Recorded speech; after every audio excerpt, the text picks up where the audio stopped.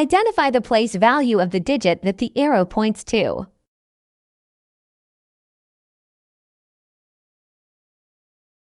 This digit is in the ones place.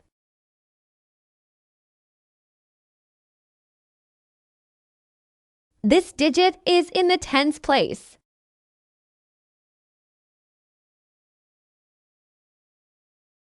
This digit is in the hundreds place.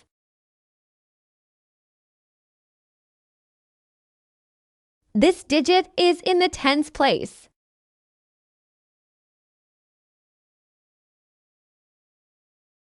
This digit is in the hundreds place.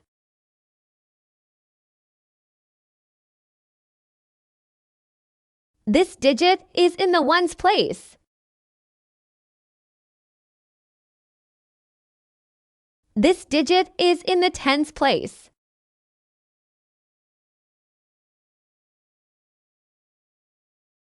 This digit is in the tens place.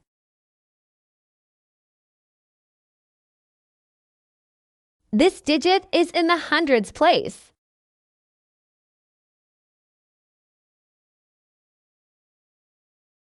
This digit is in the ones place.